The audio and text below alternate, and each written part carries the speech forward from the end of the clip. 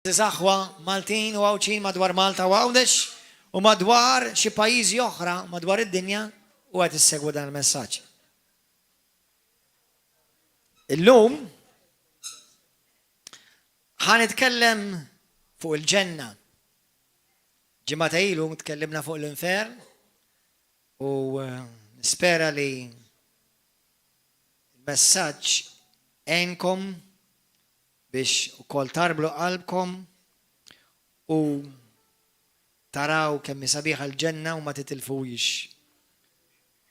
U ma tkomx għalfejn titilfuha jekk kiena u inti nimxu ma' Kristu. Għax fil-veru sens tal-kelma aħna maħluqa għal-ġenna mhux għall-infern. Aħna maħluqa għal-ġenna. Alla ma ħalaqx il-bniedem għall-infern. Skrittura tgħidha ċara Alla ħalaq l-infern għal-demoni u l-anġi tiegħu. Il-ġenna hija dak il-post meta kien hemm l-Eden dik kien il-ġenna fuq l-art. Alla ħalaq l-Adam u Eva heaven material. Ħana tolbu. Misi qaddis kellimna minn dan il-messaġġ illejla u lej inti trina l-koll li ma nintilfux u l-estajtinna u preparajtinna post, dar, pajis biex nkunu miegħek għal dejjem fejn qatt ma nerġgħu naraw uġġieħ, dbatiji, weġġat, sim il-qalb, separazzjonijiet, gwerer. Inti l-estej dan il-post għalina bħala ulidek. Nitolbok biex inti tqanqal il-qlub ta' daw kollha li ħajsimgħu dal-messaġġ. X'meta nisimgħu il-ġmiel li inti l-estej għalina. Nirrealizzaw xi mħabba kbir int għandek għall-bniedem. U jalla dawk kollha li jisimgħu dal-messaġġ lejla it-tmim tagħhom ikun hemm u lejn f'isem Ġesu Kristu. Ħamor fi ktieb tal-Lut kapitlu 11. Kapitlu 11 tal-Lut. Qabel ma bdejt naqra l-kelma, ma bdejt nistudja l-Iskrittura, ma kontx naf li l-ġenna Barwan ma konx naf li tista' tmur il-ġenna. Dejjem kont nittama li għalmenu mmur sal-purgatorju. Ma kont nibża li ħammur l-infern. Apparti minn hekk, ma konx nifhem li fl-Iskrittura hemm ħafna ismijiet għall-ġenna diversi li jeret jirreferu għall-istess post. Per eżempju, bil-Ingliż il-ġenna heaven. Isem ieħor huwa bil-Ingliż paradise. Il-belt ta' Alla. Il-preżenza ta' Alla. Ġerusalem, Ġerusalem il-ġdida jew Ġerusalem tas-sema. Zion, jew il-muntanja ta' Zion. Dawn huma ismijiet, ovvjament meta nitkellmu f'Zion, fuq Zion, jew nkella l-muntanja ta' Zion, jew Ġerusalem, hemm daw il-postijiet vera fuq l-art. Imma hemm daw il-post, dal-istess post li huwa l-ġenna, huwa il-post il-ġenna. Meta ma kontx għadni nifhem ċertu affarijiet fuq l-Iskrittura, kont naħseb li fejn l-Iskrittura twedek il-ħajja ta' dejjem qed jirreferi għall-ġenna. Issa fil-ġenna mill-ħajja ta' dejjem. Però l-ħajja ta' dejjem tirċivija meta titwieled minn ġdid. Fl-ewwel Ġwanni, kapitlu 5, vers 11 sa 13, tgħidlek li kull min għandu liben għandu l-ħajja ta' dejjem. Kont naħseb jien li l-iskrittura tirreferi li kull min għandu liben imur il-ġenna. Nista' ngħidlek li kull min għandu liben Ġesu Kristu ħajmur il-ġenna. Imma il-ġenna hija post. Il-ħajja ta' dejjem hija esperjenza minn issa. Fil-ġenna hemm il-ħajja ta' dejjem, imma jiena u inti għadna maħniex fil-ġenna. Imma l-ħajja ta' dejjem edaw, tiġa. Tifhmu d-differenza? Qed ngħidilkom da għax għalija ma kienitx ovvja, u forsi għal ħafna minnkom ma kienx ovvja biex tagħmlu differenza. Meta jiena u inti nagħtu ħajtna l-Kristu, naċċettawh bħala s-Situ Salvatur tagħna, nirċievu l-ħajja ta' dejjem. Insiru kandidati kwalifikati għal ġenna. Qed tifhmu? Imma ma għadniex il-ġenna, għaddimiex il-ġenna. Issa xi ħaġa interessanti, dak li hemm fil-ġenna diġà tibda tesperjenzah minn hawn jekk inti għandek il-ħajja ta' dejjem. Tesperjenzah b'ċertu limitu, ovvjament. Imma, ħammorru fi Ktieb tal-Lut, kapitlu 12. U nibdew minn naqraw minn vers 23.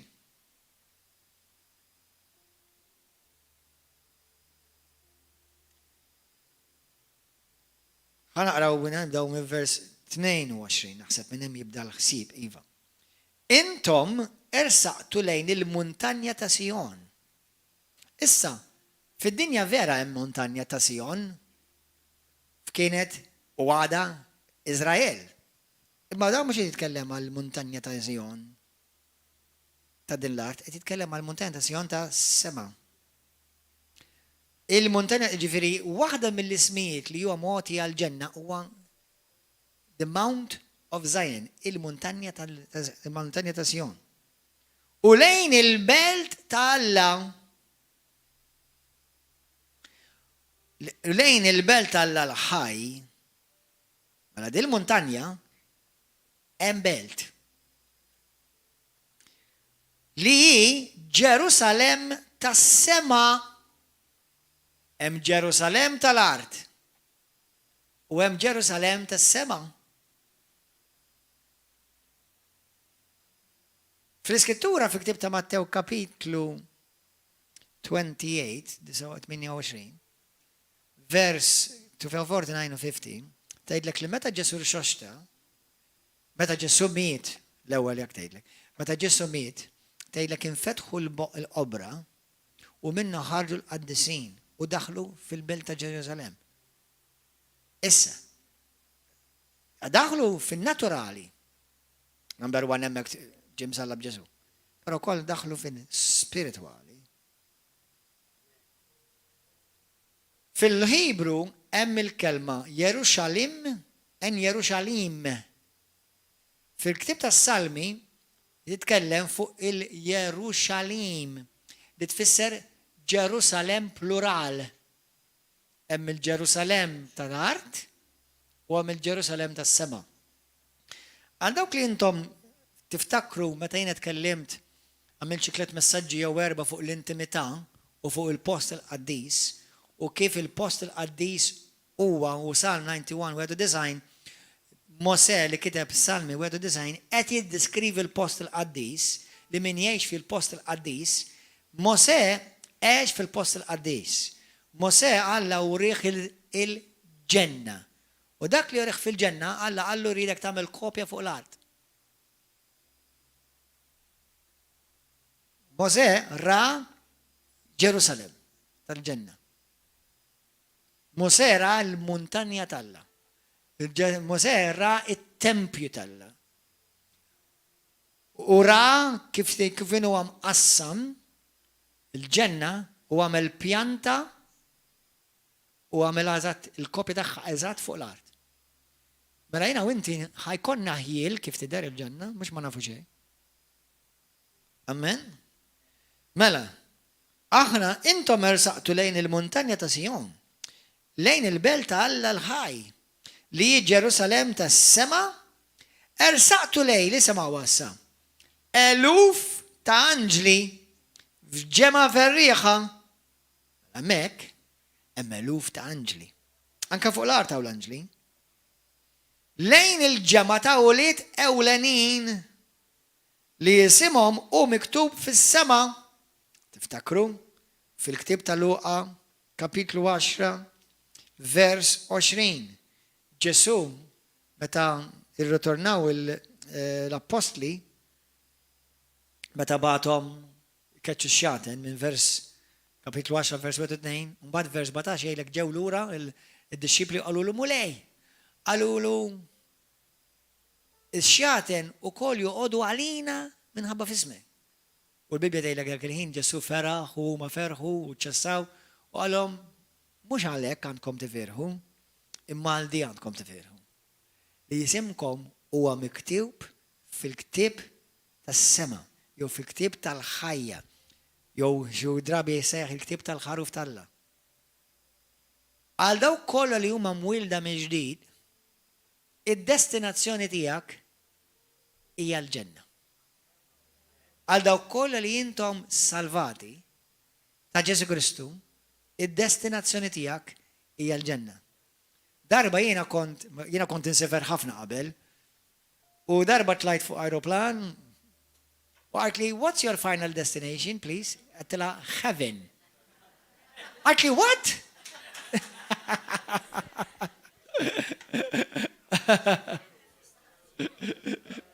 U tħatti opportunità biex ngħidilha fuq Ġesu. Alleluja. Darba kien hemm koppja u daw ma kienu jiġġieldu daqsxejn, imma il-mara mietet l-ewwel u kif talat il-ġenna maret qudiem il-bib tal-ġenna u sabet il-Pietru hemmhekk quddiem. U Alla ara rnexxielek, Alla ma qabel ma tidħol trid tgħidli kif tispelli kelma. Qaltlu issa ma nafx ta' qaltlu le mhux ħanagħmelek diffiċli. Ispellili imħabba. U dik all-right. I-M-H-A-B-B-A. Brava, tista' tidħol. U mżomma, u Pietru Alla isma' jimporta tagħmel pjaċir oqgħod li naqra mal-bib. Qallu Alla għandi bżonn nagħmel qadja għassejjaħ li sidna Ġesu. Importa toqgħod li daqqa mal-bib tista' dan it-tant. U dik qaltlu all right u. U kombinazzjoni mit iż-żewġa, mit ir-raġel. U Alla, ara melintaw. U dik għaklu, ara melintaw u kol. Għaklu, sena. Għaklu, ma s-sirx tħolta? Alla għalix, għaklu għaxad baqajk tispelli li kelma. Alla da siek ejli, Ċekoslovakkja.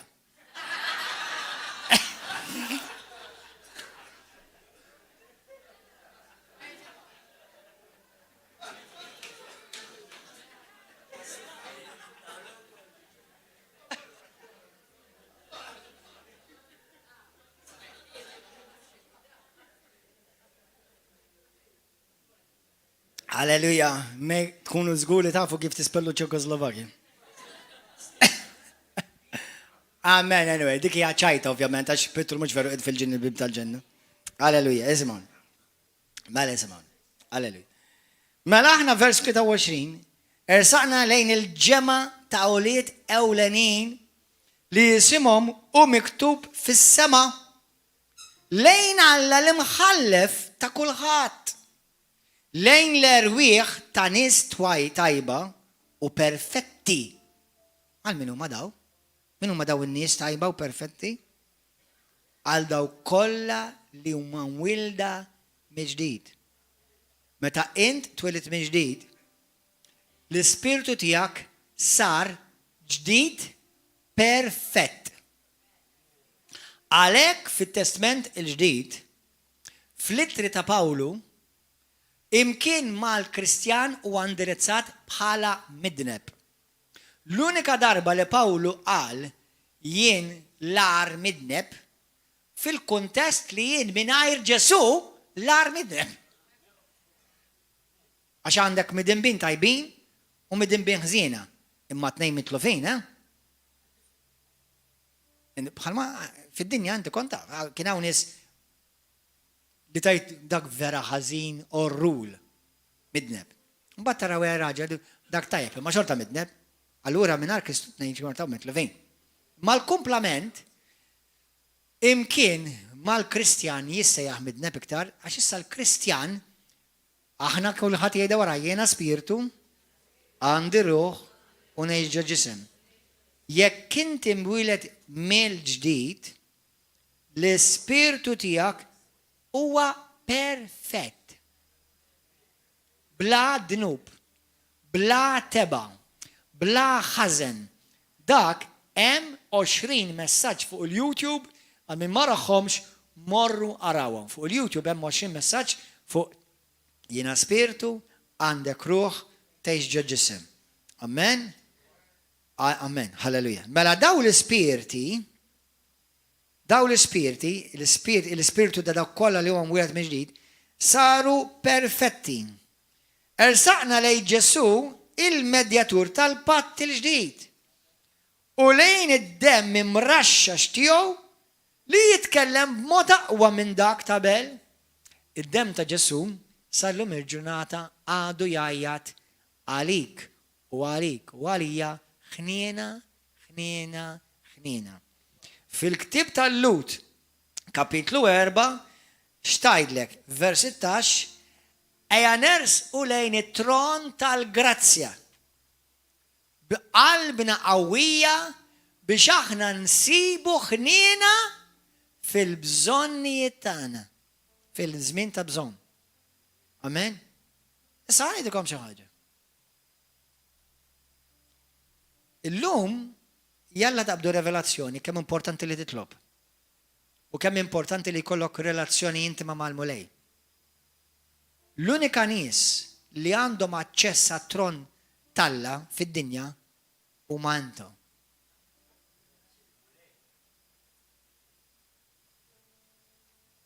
Sena ma fimtunix, tanto. Mhux qed ngħidlek li xi darba ħatmorru fit-tron talla ta'. Ngħidlek int illum bħala Kristjan, int illum diġà għandek aċċess għat-tron talla. Għalhekk għandek bżonn titlob għax meta taċċessa tron talla, ir-rida talla inti ġiba fuq l-art u l-Kristjan biss jista' jġib ir-rida talla fuq l-art. Alleluja. Amen. Infatti, ħafna Kristjani, inkluż jien,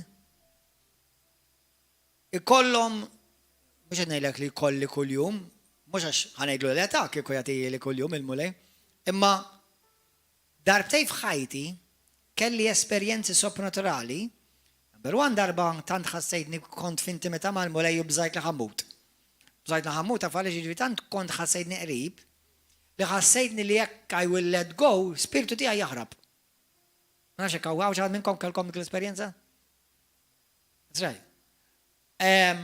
U ħassejtni qrib. Infatti nies talla li jkollhom relazzjoni intima mal-mulej, hemm min jgħidlek li kellhom esperjenza fejn ħassuhom qishom daqs li kieku qegħdin fit-tron fil-preżenza talla ta' tron talla. Dik suppost kull Kristjan. Għax kull Kristjan għandu aċċess għat-tron talla. Allura min hawn inti, min hawn, ftakar xejn Pawlu, li aħna min hawn naraw bħal mera imċajpar. Mhux ma tara xejn. Għandna ħiel. Naraw xi ħaġa. Għandek ħiel. Meta inti timxi mal-mulej, taqra l-kelma, tfaħru, tirringrazzjah, kollok relazzjoni ħajja miegħu, Alla ħajtik dak li jgħidulhom bl-Ingliż, glimpses of heaven.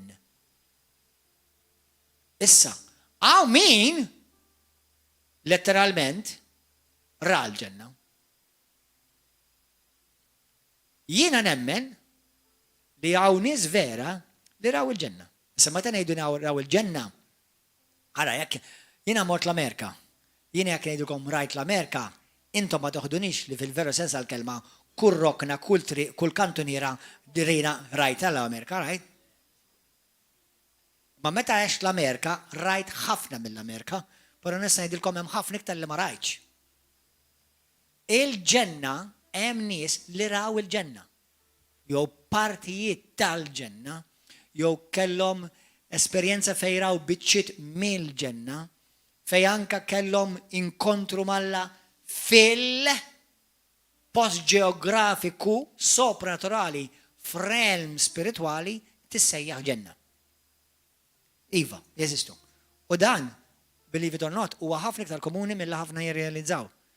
Issa, naf li hawn min għandu problemi mentali, imma bħalma tgħid il-proverbju bl-Ingliż, nistgħu nagħmluha bil-Malti, ma narmux il-baby mal-ilma maħmuġ. Don't throw away the baby with the bath water. Għattifhom, jiġifieri jonkella bħalma ngħidu bil-Ingliż ukoll, jiġifieri you eat the meat and you throw out the bones. Sewwa ġifieri kul il-laħam u armi l-għadam, ġifieri armi l-ħażin imma żomm it-tajjeb. Mela, iva, ħama minnkom b'onestà kelkom esperjenzi fej rajtu l-ġenna u biċċi mill-ġenna. Olinek. Ħama minnkom kelkom esperjenzi li rajtu l-infern. Rajtu biċċi mill-infern. Mawx ħafna, immawx it-tlieta. Mela jisiru. Believe it or not, fil-Bibja wkoll jeżistu. Believe it or not, jeżistu. Tinsiex, ħanidkom ċaġa, mhux ħanidħol fiha xem ħafna x'tista' titgħallem. Ġieli smajtu id-dottrina ta' soul sleep. Ġieli smajtu dik id-dottrina li r-ruħ torqod. Dik hija dottrina falsa totali. Għax il inti l-momenti tirċivi l-ħajta dejjem, int ma tistax tmut u laqqas torqod. L-ispirtu ma jorqodx il-Bibja dejlek. Sewwa, l-ispirtu ta' dik hija dottrina falsa, ix-xhieda ta' Ġehovah jgħalmuha u anka is-Seven-Day Adventists li huma simili ħafna ta' xejn. Seven-Day Adventists li għandhom differenzi, ma jemnu fit-Trinità almenu, jemnu f'Ġesu Kristu bħala divin. Imma dik hija dottrina falsa aħwa. Aħna meta inti tala għajnejk hawn tiftaħhom il-ġenna. Infatti, għaw min jgħid li kellu esperjenzi tal-ġenna, that the veil, il-velu, bejna u bej il-ġenna, it's very thin. Pawlu, Filippin 21, xtajt? Li jekk ngħix dan il-ġisem, sa 23, jien ikun taġit għalikom. Ma jekk noħroġ minn dan il-ġisem x'jiġrili? Inkun preżenti ma' Kristu. U Pawlu qalhom għal ġittakom ħanibqgħu. Ovvjament se telaq ma doġaw. Se prof in the night. Sewa. Imma kien hemm żmien li Pawlu mid-dera seta telaq u qallu le molej baqa' jew kella bil-konter molej qallu li baqa' l-iktar xogħol. Halleluja. Per eżempju, fl-iskrittura tissemma ħafna il-Ġerusalem ta' fuq, il-Ġerusalem tas-sema u l-Ġerusalem tal-art. Fil-ktib tal-Apokalissi, morru fil-ktib tal-Apokalissi, per eżempju, 14, Revelations 14, Imbagħad ħarist, vers wieħed, u rajt il-ħaruf wieqaf fuq il-muntanja Sion. Ma kienx Ġerusalem fuq l-arta bħalissa. U miegħu 144,000 fruħ li kellhom ismu u isem missieru miktub fuq ġbinhom. U smajt leħen mis-sema qisu ħoss ta' ħafna l-mijiet, donnu tkarwit tarat. U leħen smajt kien bħal dak li ta' kitarristi doqqu ċetri tagħhom. Insomma. Mela hawnhekk qed naraw il-Zion tas-sema. Ħammorru pereżempju Salmi 50. Salmi 50. Salmi 50.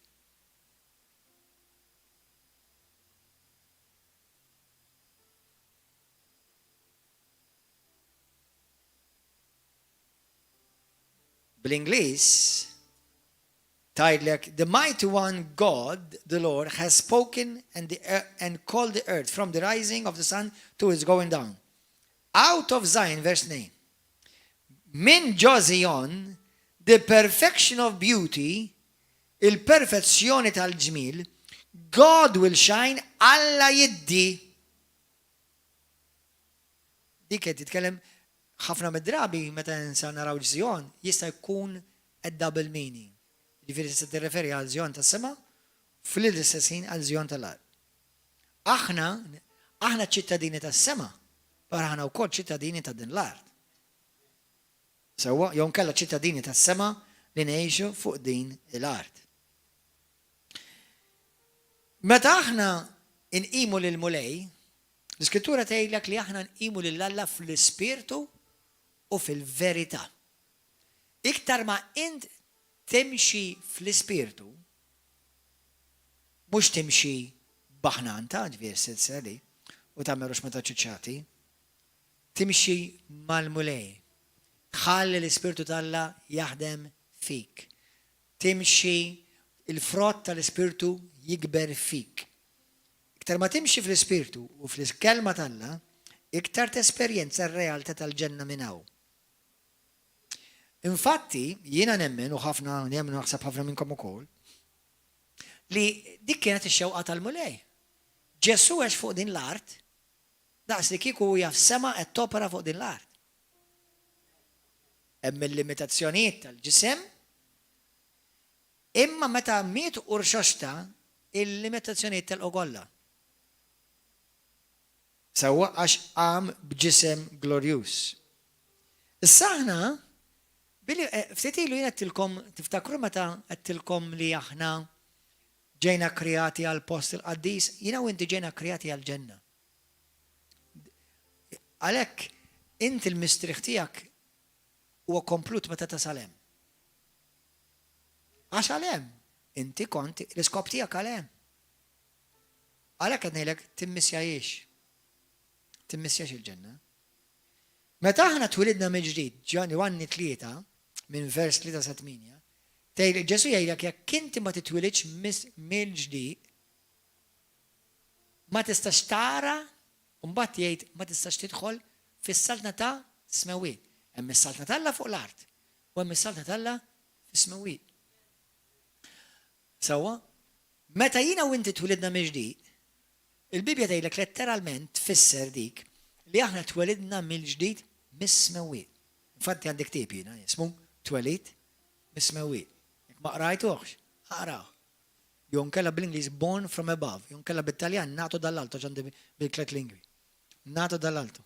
Huwa ktieb sabiħ ibirkek ħafna. Halleluja.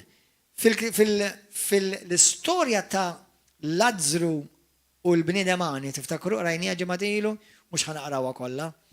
Imma vers 25 naraw li Lazzru mar f'post ta' ħdan Abram jgħidulu dakinhar jew paradise, issa ħantikom daqsxejn dottrina malaj, mhux għax tagħmel ħafna differenza.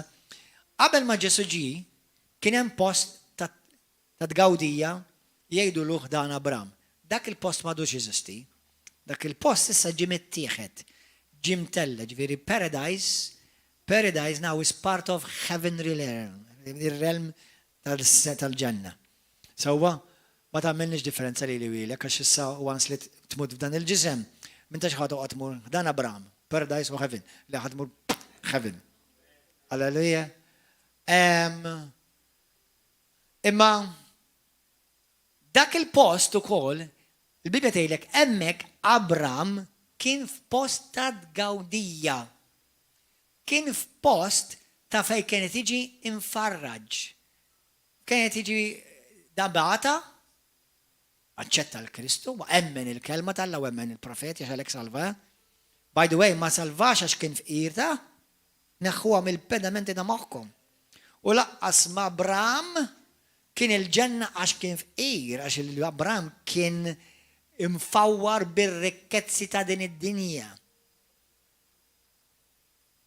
Ftakru li Abram kien sinjuru u aħna uritna il-barki ta' Abram, il-povertà mhijiex il-porzjon tiegħek.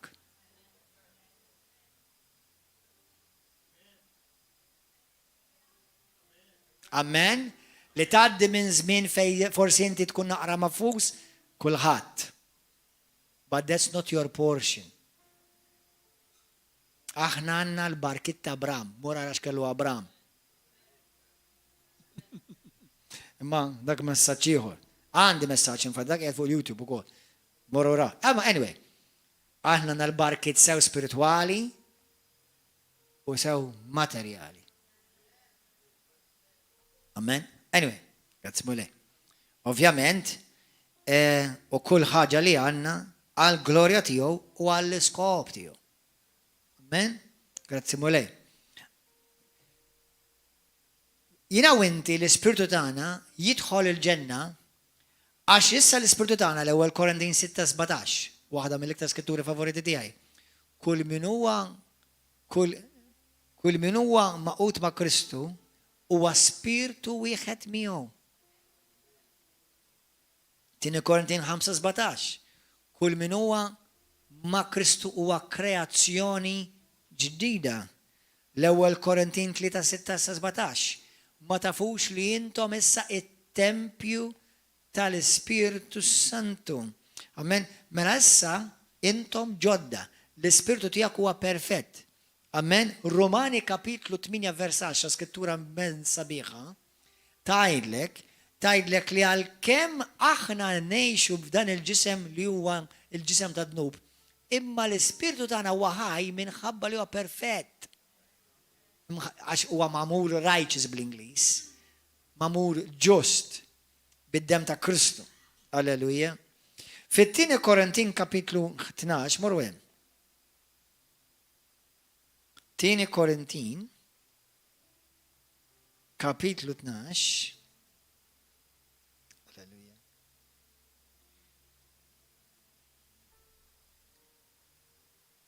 Bosta nies għaw min miet u ġi u ra l-ġenna. Infatti bosta nies li raw il-ġenna laqqas biss kienu Kristjani. U Alla tom il-ċans jiġu lura biex meta jisaw wasal waqthom jisalvaw. Bosta nies li kellhom esperjenzi dak li ngħidulhom near death experiences anke raw l-infern. Amen? Imma mbagħad ovvjament ma baqgħux ma jemnux jew ma baqgħux mbagħad saru Kristjani. Vers wieħed ara x'jgħid Pawlu. Għax Pawlu ra l-ġenna. Ikolli niftaħar. Tassew li xejn mu sa jiswi li imma niġi għal-vizjoniet u r-revelazzjoni tal-mulej. Naf wieħed u għet jirreferi għal-ħinu nifsu. Jemmen fi Kristu li 14 sena ilu kien meħud sat-tielet sema. Jekkux fil-ġisem jew mingħajr il-ġisem jien ma nafx. Jiġifieri l-esperjenza tant kienet reali, dak li qed jgħid Pawlu. L-esperjenza tant kienet reali, dak li rajt, dak li messejt, dak li ħassejt u dak l-esperjenza tant kienet reali li għasna fek konċem bil-ġisem. Number 1 ismawni. Il-ġenna kulħadd ħajkollu ġisem. Ġifieri m'intix ħadkun xi blob u toqgħod taqbeż. Blob, blob, blob, blob, blob.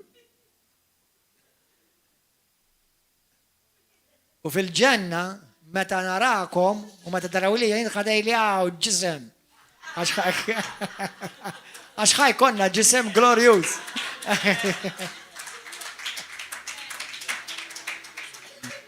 Vera. Amen. Grazzi mulej. Gloria al Ġesu. Bisimaw, ara Pawlu xjgħid, vers 3. U ma nafx dan il-bniedem kienx meħud fil-ġenna, jekkux fil-ġisem jew mingħajr il-ġisem, l-esperjenza tanti hija reali laqqas nista' ngħid. U sema jingħadu ħwejjeġ li ma jistgħux jitfissru bil-kliem. Li jebda bniedem ma jista' jgħidhom. Mela ara kemm kienet reali l-esperjenza ta' Pawlu. Ħanejdukom storja vera. Mela darba kien hemm raġel li kien jaħdem bħala polizija U kif ġielu wara d-dar, isib il-mara tiegħu tolfoq u tikpi ħdej it-taraġġ għaliex it-tifel tiegħu ta' 10 snin miet fil-banju. Electrocuted. Xokk, xiġifieri. Dat tifel ta' 10 snin daħal fil-banju jaħu banju u ta' tifel ta' 10 snin li kien qabad it-televiżjoni u daħlu fil-kam tal-banju miegħu. U waqa' fil-banju. U ġi kif tgħidha bil-Malti electrocuted, xokjat. Xokk. Ovvjament, miet dat-tifel ta' 10 snin. U da beda jitlob fuq, ġa kien Kristjan, da raġel, beda jitlob fuq u talab ħafna fuq. Da tifel ġismu sar blu, ibbis, imma ma għatax qalbu. Kif ġew il-paramediċi, bdew jatuħ il-first aid u jatuħ il-xokkijiet u damu miegħu kważi xi 3 kwarti, jipprovaw qajmuhom il-mewt. U da baqa jitlob. U beda jara kif ħajamel. Battalab il-mulej, għallu inti jettinna l-ewel, fl-ewel Korintin kapitlu 12, tgħid inti tgħidilna li hemm fidi oħra, fidi speċjali. Għallu mulej ma nistax nemmen iktar, ma nistax ħanaqbad nemmen iktar. Għallu please għatini din il-fidi speċjali. U dak il-ħin ħas bħal id tmissu fuq rasu. U ħares li dan it-tifel mejjed korps f'mal-art u għallu fissem Ġesu Kristu int m'intix ħatmut imma tgħix. U malli għallu hekk dak il-ħin stess qalbu reġa' ġiet lura, it-taħbita tal-qalb. Feraħ imma xorta waħda kienet baqaru x'ma ta' komplikazzjonijiet. Infatti ħaduh l-isptar u t-tifel għamel madwar xi 9 xhur battalja għal ħajtu.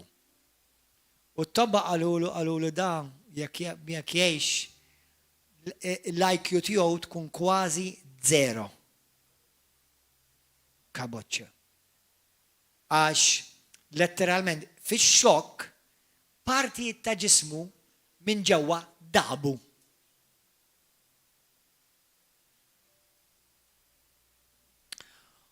U peress li kien bniedem ta' fidi u bniedem ta' talb, u di għal-mitni lezzjoni għax di storja vera. Min jaf kemm naqtaw qalbna malajr aħna. U min jaf kemm ċedejna mirakli għaddu minn qudiemna u ċedejnihom.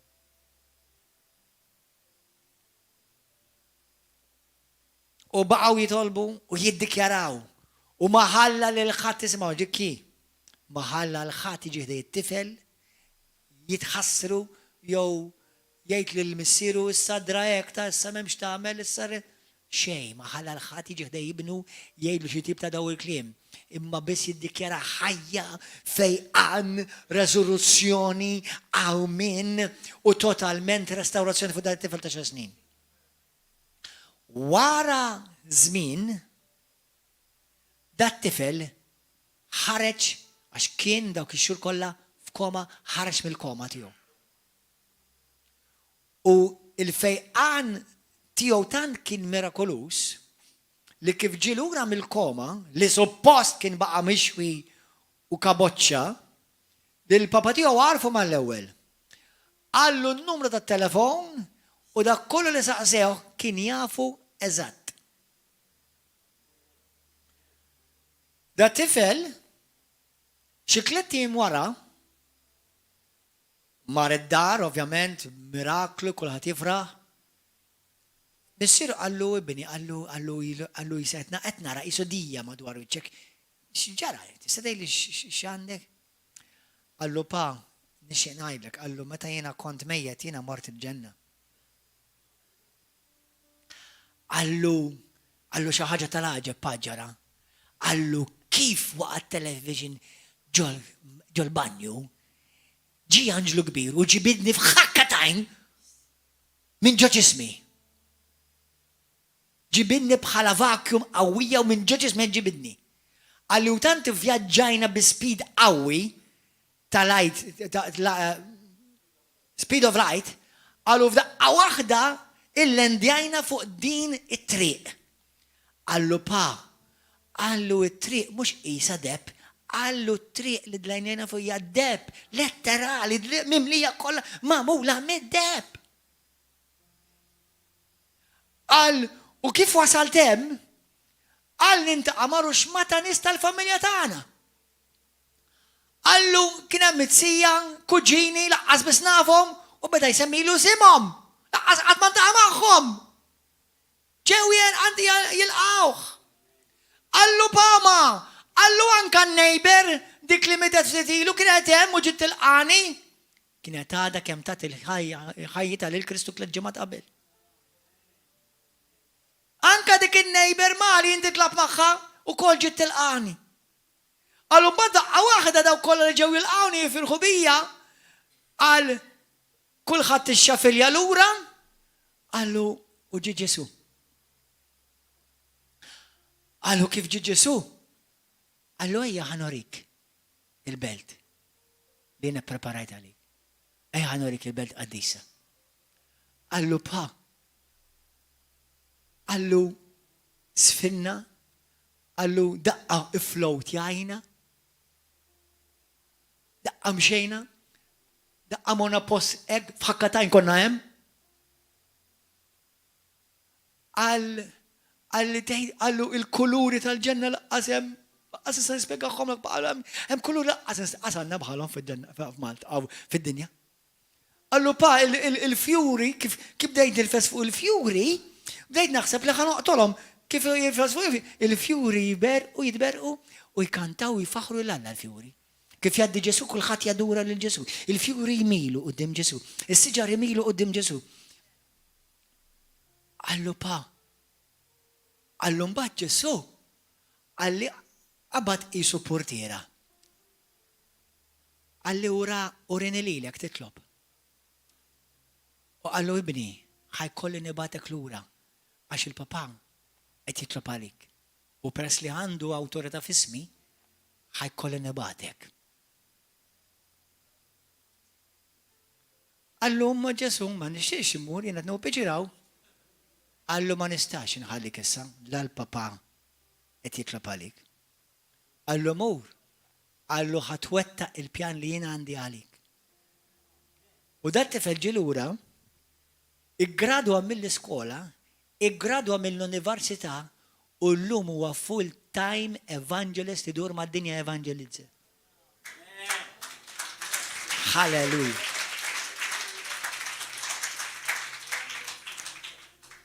Dawk kollha li għandkom ġenituri, raba li mietu fi Kristu, ikpuhom ftit minħabba forsi l-firda, ma tikpuhomx iktar.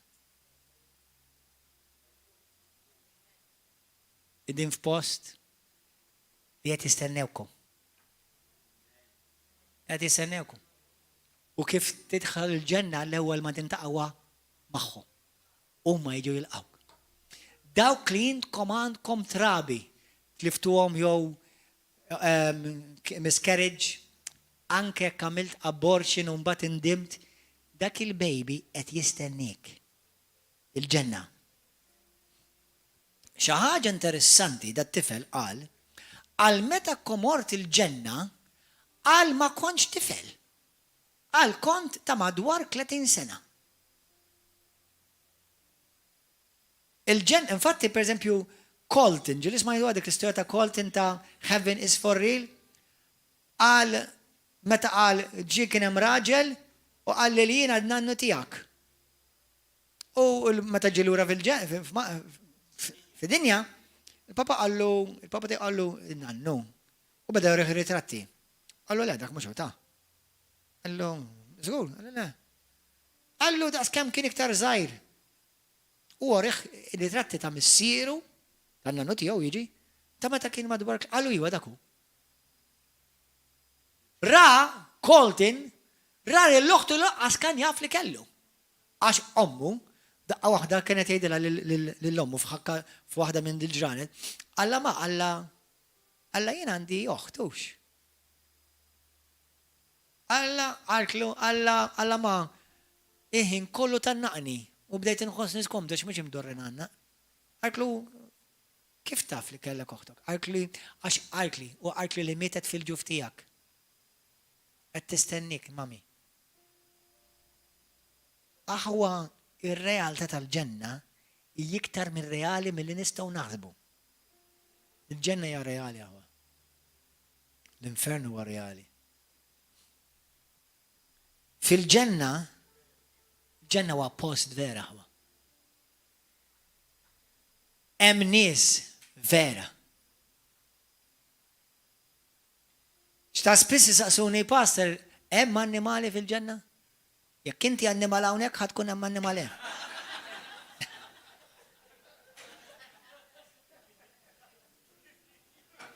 Jekk int ħanżira ħad tkun ħanżira. Dik ċajta. Fil-ġenna hemm annimali. Number one nafu żgur li hemm iżwiemel. Ġesu ġej fuq żiemel. Issa di ta' spiss isaqsuni pastor, hemm imma pereżempju l-kelb tiegħi ħajmur il-ġenna. Number one make sure li tmur il-ġenna int qabel ma jmur il-kelb. Sewwa?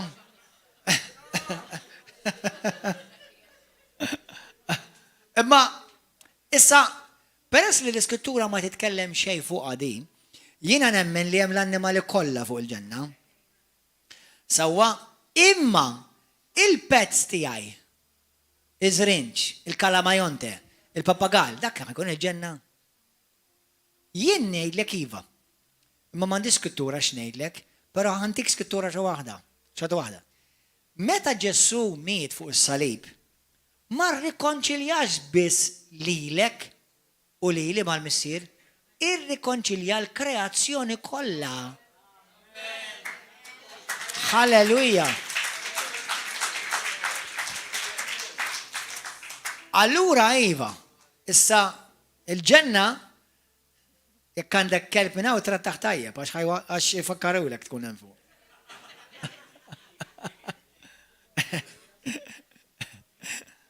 Alleluja. Le ma hemm annimali fil-ġenna u hemm min jgħid li l-annimali tista' tikkomunika magħhom il-ġenna u anke kif jikkomunikaw fil-ġenna. Pereżempju, fil-ġenna m'hemmx baħar. Għal dawk li tħobbu tomu, ħajkolkom tomu fix-xmara tal-ħajja. Li ħirġa minn tron tal-Misier. Xmara.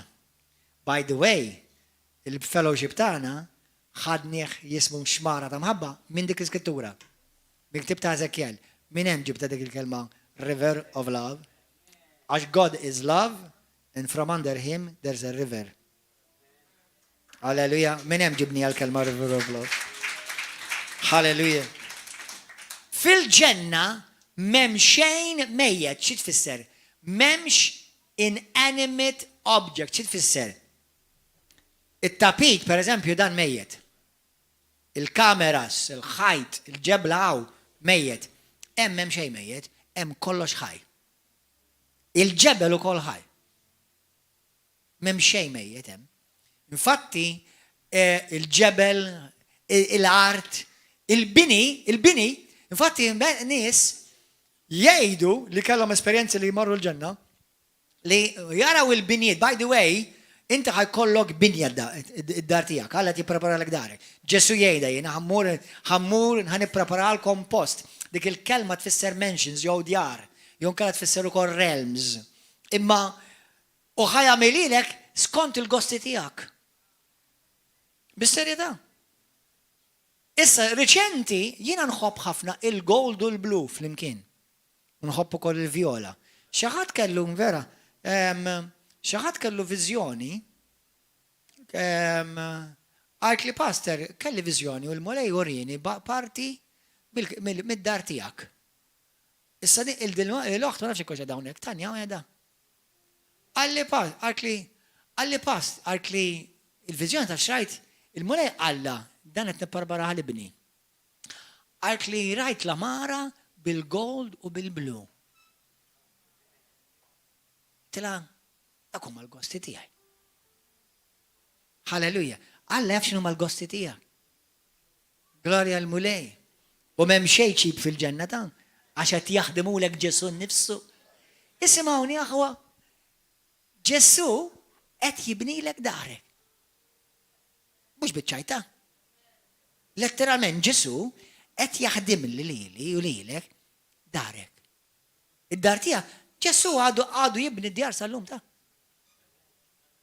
Ġesu għadu carpenter sal-lum. Isimgħuni aħwa, Alla huwa carpenter ta'. Alla ddiżinja d-dinja. He's the perfect architect. Halleluja. U jaf il-gossi tiegħek. Halleluja. Mintomx ħajkolkom kontijiet tad-dawl? Glorja l-mulej.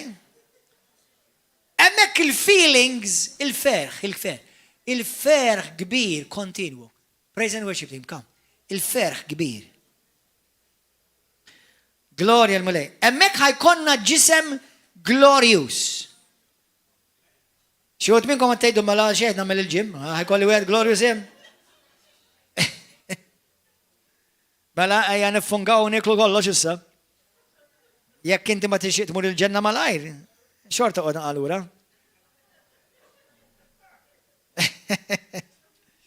Però aħwa, ftakar Ġesu meta irxoxta b'ġisem glorious.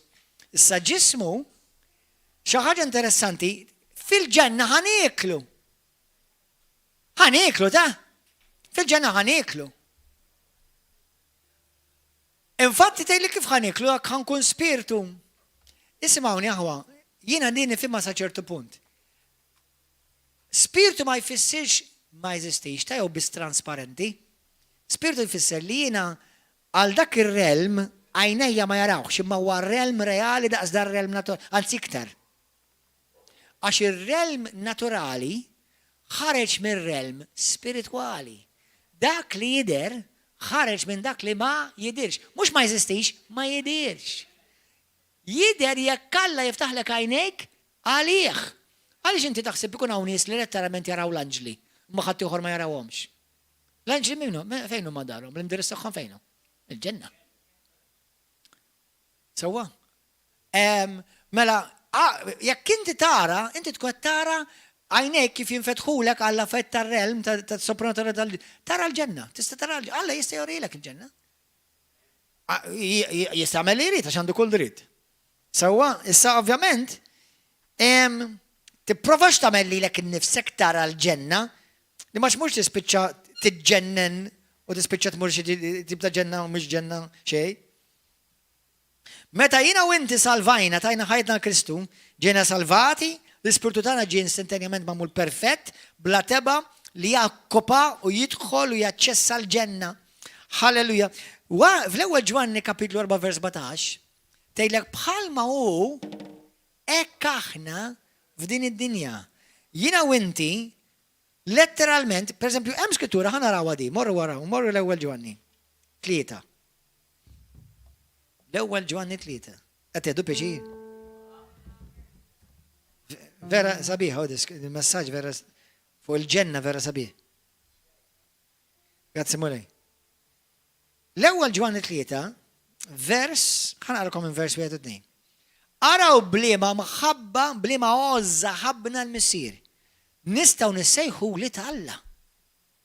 U hekk aħna tassew. Mhux ħankunu hekk aħna. Għalhekk id-dinja ma tarafniex għax ma rfitx lilu. Eżis, issa aħna u li Alla. Imma x'se nkunu il-qoddim mhuwiex irrevelat lilna, ġifieri għajnejna mhux miftuħ għalija. Madankollu nafu li meta jidher hu, ġifieri meta aħna għad ħanarawh, aħna ħankunu bħalu għax ħanarawh kif inhu. Mela kif inhu Ġesu, għajnejna ħad infetaħ dak il-ħin u ħanindinaw li aħna hu.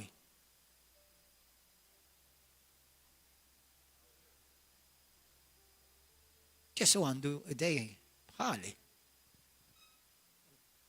Id-difetti m'għandu l-ebda waħda minnhom imma. Jekk għandek il-ponot jitilqu, jekk għandek jemniħrek twil jew mdinek qasir jew mawweġ jew il-fuq whatever. Jiġi perfett. Koll min għandu rasu mikxufa mulej għatilek. Għal dawk li jintom bil-qara, nispera li narafkom il-ġenna, x'pes li kolkom il-xar, mbagħad. Fil-kas jekk joġobkom ħudu ritrat bil-parrokka, ħalli nara kif ħatider il-ġenna, ħalli narfek.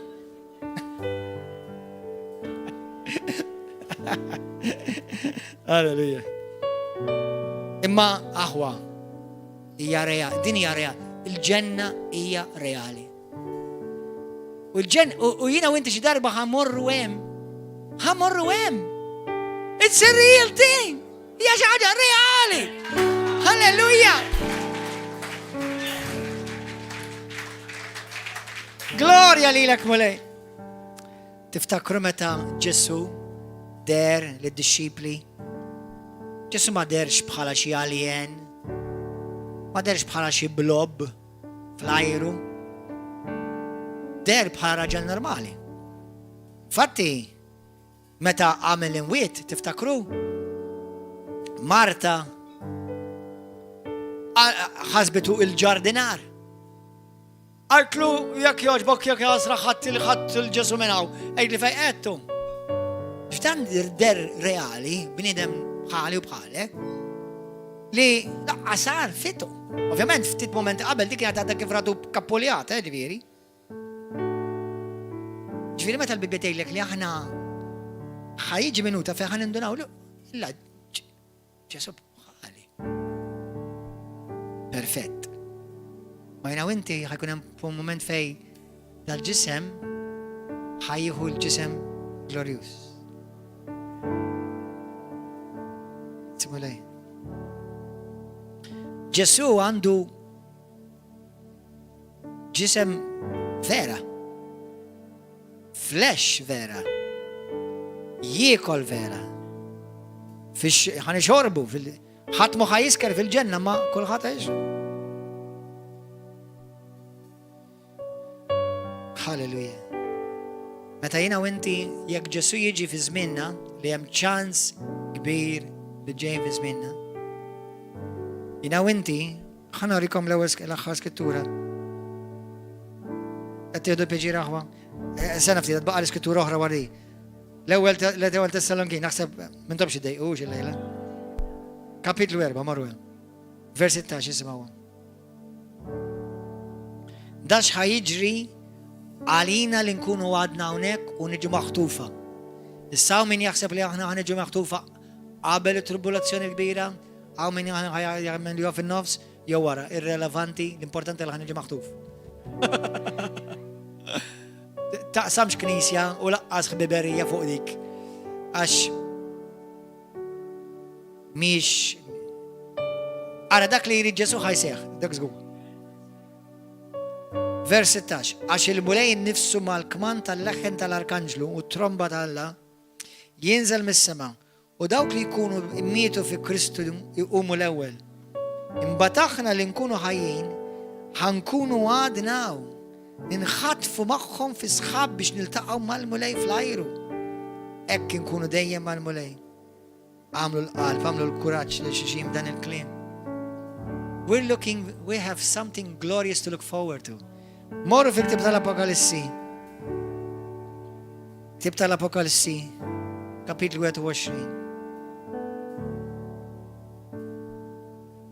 Għal dawk kollha li imutu għaw ma jkollhom il-Ġesu. Bħal dawk li jmutu u qabel ma jkollhomx il-Ġesu, kollhom wiċċhom mwerwer qabel ma jmutu msiken. Ma l-oppostu kol realita. Min ikun fil-mejda, fil-sodda tal-mewt u għandhom il-Kristu jibdew jaraw il-Ġesu minn qabel. Jibdew jaraw l-anġli minn qabel. Ġesu jiġi għal-jom. Jew l-anġli tal-mulej jiġu għal-jom. Halleluja. Gloria għal Ġesu. Amen, amen. Apokalissi 21. Nisimgħu il-ġenna ħwa. U rajt sema ġdida u għar ġdida. Għax is-sema ta' qabel u l-art ta' qabel qabu. U ma kienx hemm miżjed baħar. U l-belt il-qaddisa Ġerusalem il-ġdida rajta niżla mis-sema mingħand Alla mħejja bħala rusa mżejna għall arus tagħha. U smajt leħen qawwi ġej mitron jgħid: din ilha mara ta' Alla mal-bnedmin. U hu jammar magħhom u huma jkunu l-poplu tiegħu. U Alla nnifsu jkun magħhom. Alla tagħhom. U jixxuttalhom kull dema minn għajnihom. Ma jkunx hemm miżjed mewt. Anqas biki jew għajjat jew dbatija ma jkun hemm miżjed. Għax qabu l-ħwejjeġ ta' qabel. Mbagħad dak li hu bil-qiegħda fuq it-tron qal: ara x'ħanġedded kollox. Ħanagħmel kollox ġdid. Għalli jikteb għax dawn il-kelmiet huma minnhom u ta' min joqgħod fuqhom. U qal imbagħad seħħu: jiena l-alfa u l-omega l-bidu u t-tmiem. Lil minu bil-għaġġ jien nisqiegħ b'xejn mill-għajn tal-ħajja. Dawn jiritom ir-rebbieħ u jien inkun Alla tiegħu u hu jkun ibni. Imma għal ġwejjef għal min ma baqax fidil, għal dawk ta' ħajja mħassra, għal qattila, għal-żinja, għal-saħħara, għal-idolatri, għal-giddiba kollha semhom ikun fil-belja tan-nar, ħeġġeġ u għal-kubrit u din hija t-tieni mewt. Imbagħad wieħed mis-seba' anġli dawk tas-seba' bwieqi mill-aħħar seba' kastigi ġie jitkellem u qalli: ejja ħanorik l-arusa. Mart il-ħaruf u ħadni fl-ispirtu fuq montanja kbira u għolja u urini l-belt il-qaddisa. Taraw għal-ġenna? Ġerusalem niżla mis-sema mingħand Alla bil-glorja ta' Alla fiha tiddi bħal ħaġra mill-aktar prezzjuża, bħal ġaspru jleq daqs il-kristall. Għandha ħajt kbir u għoli b'12 il-bib fih u 12 l-anġlu fil-bibien li fuqhom hemm miktuba ismijiet. L-ismijiet ta' 12 tribut ta' wlied Iżrael. 3 minn dawn il-bibien jagħtu għan-naħa tal-vant, 3 għan-naħa tal-tramuntana, 3 għan-naħa tal-nofsinhar u 3 għan-naħa tal-punent. U l-ħajt tal-belt għandu 12 pedament li fuqhom hemm 12 l-isem tal-12 l-apostlu tal-ħaruf. Dak li kien qiegħed ikellimni kien kellu qasba tal-qies tad-deb biex jieħu l-qisien tal-belt u tal-bibien u l-ħajt tagħha. Belt kwadra tul u wisa' wieħed u ħal qis tal-belt bil-qasba tul ta' 12,000 stadju tul u wisa' u għoli fiha l-istess u ħaw koll il-qis tal-ħajt tagħha 144 driaj b'qis ta' bniedem. Jiġifieri ta' anġlu. Il-bini tal-ħajt huwa tal-ġaspru, il-belt deb fin ċar bħala ġieġ. Il-ħajt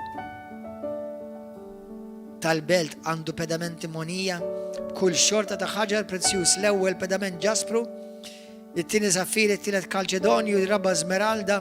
X'ċuċu ma daw iċ-ċifkat li nippruvaw niġbru biex jkollna xi biċċa minn daw il-fosos. Il-5 sardoniċi, is-6 kornalina, 7 krisolitu, 8 berrill, id-9 topazju, l-10 krispazju, il-11 jaċint u 12 ametist. U 12 bib huma 12 ġawra, kull bib magħmul minn ġawra waħda. Il-pjazza tal-belt id-deb ta' deb fin isa ħġieġ.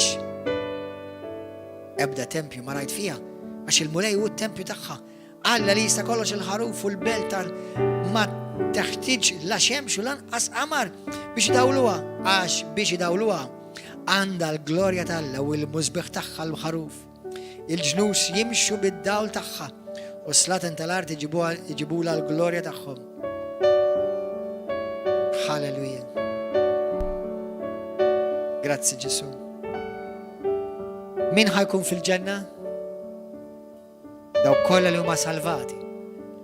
Daw kollha li jaċċettaw u emnu f'Ġesu Kristu. Li meta lihom fuq is-salib u stednuh f'qalbhom. Imxew miegħu ħabbewh. Obdew is-sejħa li hemm f'ħajjithom biex jagħtu glorja lil Alla.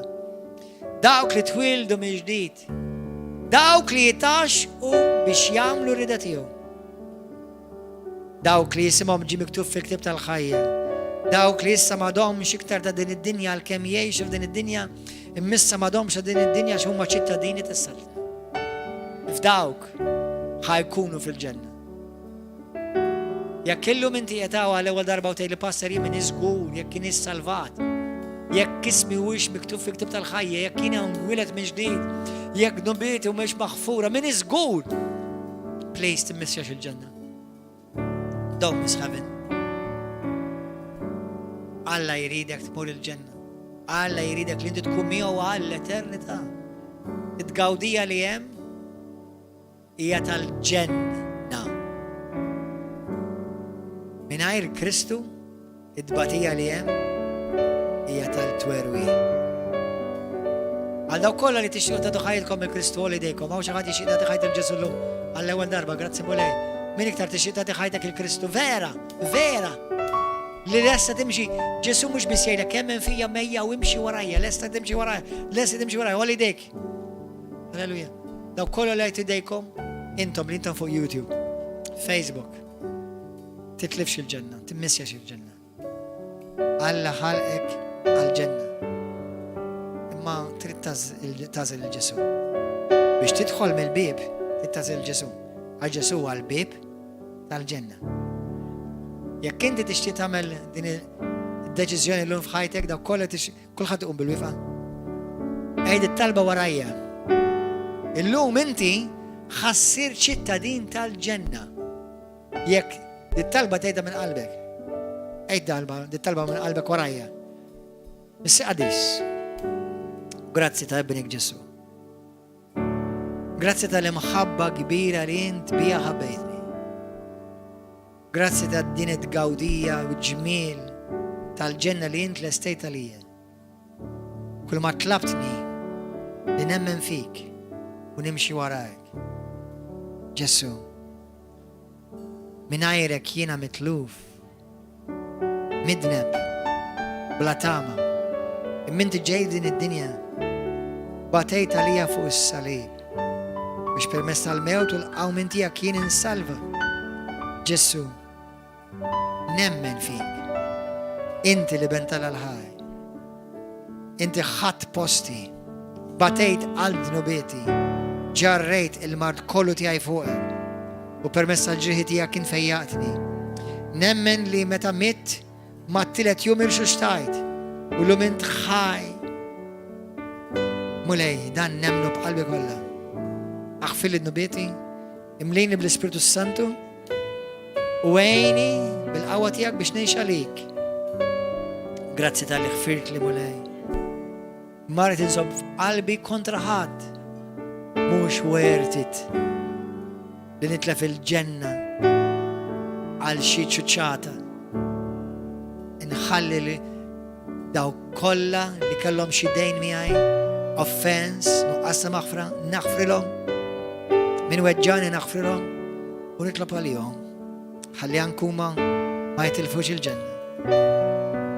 Ġesu xi darba nkun miegħek fil-ġenna. Sa dak il-jum għamel li bil-ħajja eterna tiegħek ġewwa fija nibda nduq il-ġenna minn hawn u ngħix għalik. U żani mulej u għamel minni dak li trid int f'isem Ġesu Kristu. Amen. Halleluja, grazzi mulej. Jekk inti qed it-talba illum insalvat, imwieled minn ġdid. Ismek miktub fil-ktieb tal-ħajja, nubitek maħfura, illum inti ċittadin tas-saltna u tal-ġenna.